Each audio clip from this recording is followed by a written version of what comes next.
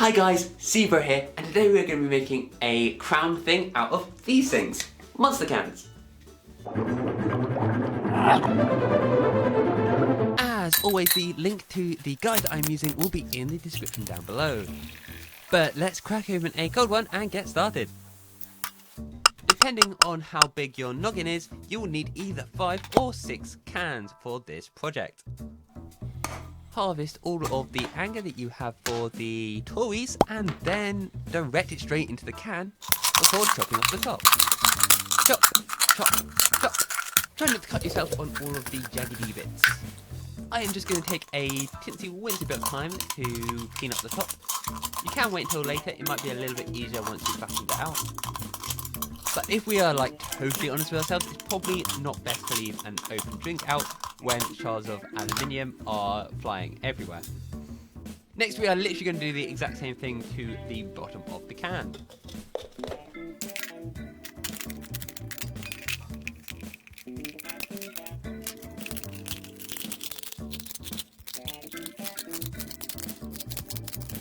So we should end up with 6 hollow tubes like so.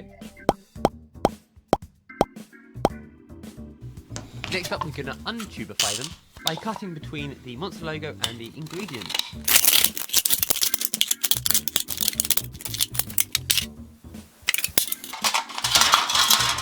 I am now just folding it over so that it splits the sheet into 2 halves.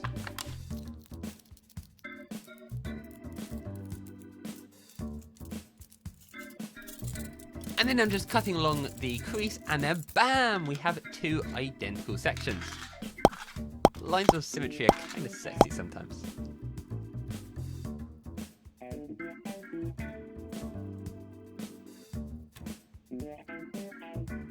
As with any can project thing, flattening them out is never an easy task.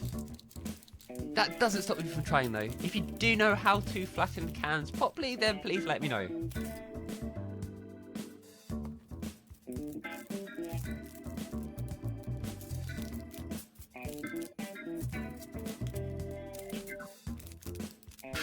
We then want to cut each monster section into squares.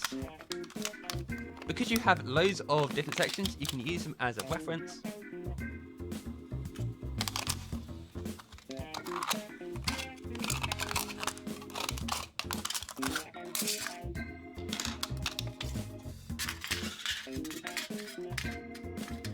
And then add a template to make identical copies.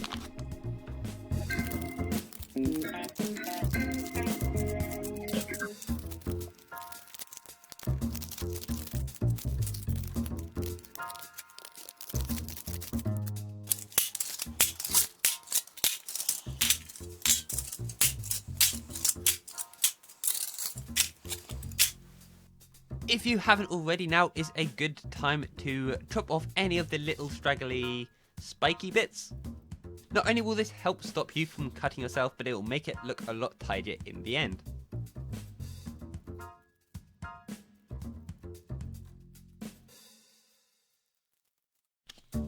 Next up is when your super duper origami skills come into play.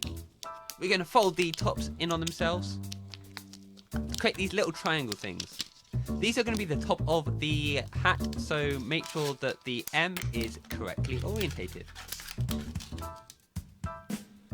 Now we're going to take the remaining rectangle that you haven't folded yet and fold it up to the crease line where the triangle is.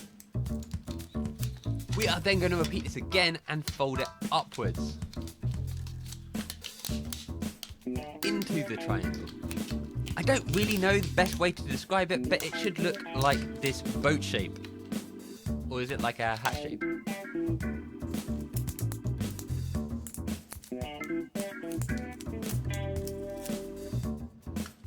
We are so nearly done now, and it's time to join them together, the little section things. So take one of the boat/hat things and another one of the boat/hat things, and fold one of them into the crease of the other one. It is a little bit tricky to start off with, but once you get the knack of it, you should end up with a massive long line of triangles.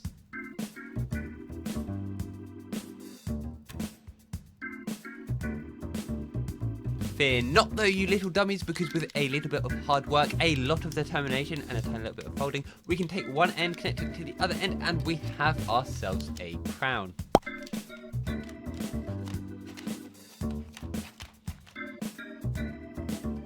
We did it, team! This project was actually so much fun because it didn't require any glue, and it kind of came all together at the end. I only actually had to use 5 cans in the end rather than 6, but I am really happy with how it looks, which means you will too. And if you do try this project, please do let me know. I'm ultra interested. Unlike the last project, the mask that I did, this project has quite a lot left over because you've got all the top of the cans and all the bottom of the cans. But I'll try to figure out something else to do with those at a later date. Thank you so much for watching, guys. Thank you so much for watching, guys. As always, I really appreciate it. If you did enjoy this video, then please hit that like button. And if you have any suggestions on what I should do for future videos, then please let me know in the comments down below. But for now, I will see you guys all in the next video. Peace.